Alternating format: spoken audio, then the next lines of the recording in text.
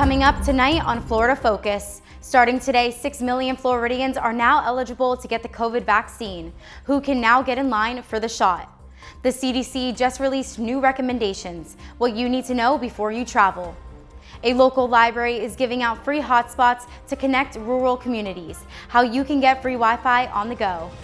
Moms are teaming up to change marijuana laws, what could happen to thousands of people if they win.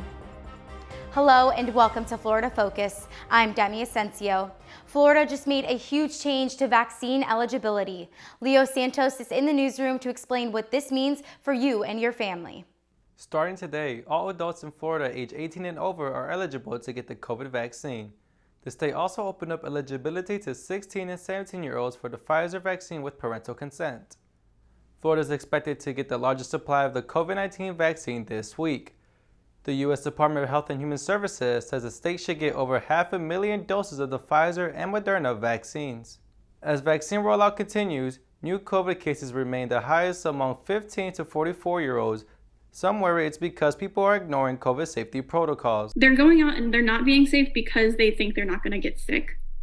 And it's not going to directly affect them, even if it affects other people that they come in contact with. So if they get vaccinated, then they're protecting the rest of the population. Health experts hope expanding vaccine eligibility today will slow the alarming rate of new infections. Thank you, Leo. New CDC guidelines say that fully vaccinated people can now travel at low risk to themselves. They will be able to travel within the U.S. without providing a negative COVID-19 test or having to quarantine. A person is considered fully vaccinated 2 weeks after receiving their second dose. All travelers are still recommended to follow safety protocols, including wearing masks, washing hands, and maintaining social distancing. According to the FCC, more than 14 million people don't have internet access in the U.S. Reporter Carla Ibanez shows us how Hillsborough County Libraries is working to give free Wi-Fi hotspots to those in need. The internet is not a luxury anymore, but it is a necessity that not everyone can afford. With public services closing down due to COVID-19, some are struggling to keep themselves connected. Applying for a job, student benefits, food stamps, and even social security number are easier to access with the internet. Many rural residents, low-income families, and people of color do not have reliable access to Wi-Fi, but the Public Library of Hillsborough County is trying to change that. We've shifted to providing a lot of services digitally, as many have, and have had to kind of innovate and find new ways to meet the community's needs. The library has over 300 rentable hotspots available. People can rent them for 14 days and get unlimited data anywhere they go. The service is free, and you can request a hotspot at hcplc.org. Reporting for Florida Focus, I'm Carla Ibanez. Thanks, Carla. 4,200 Floridians were arrested for misdemeanor possession in 2017.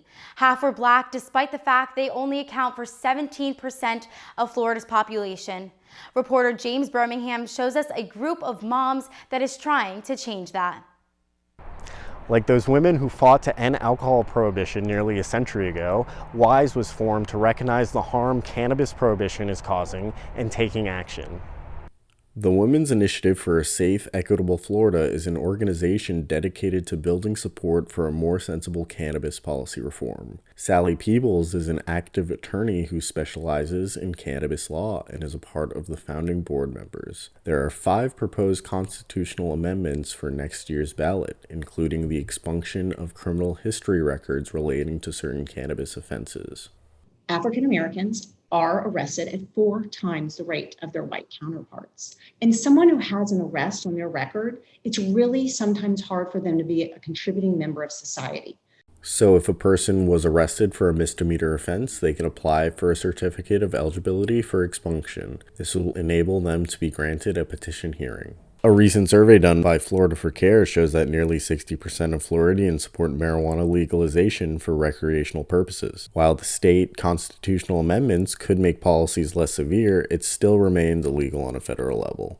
It's listed as a Schedule I substance along with cocaine and heroin.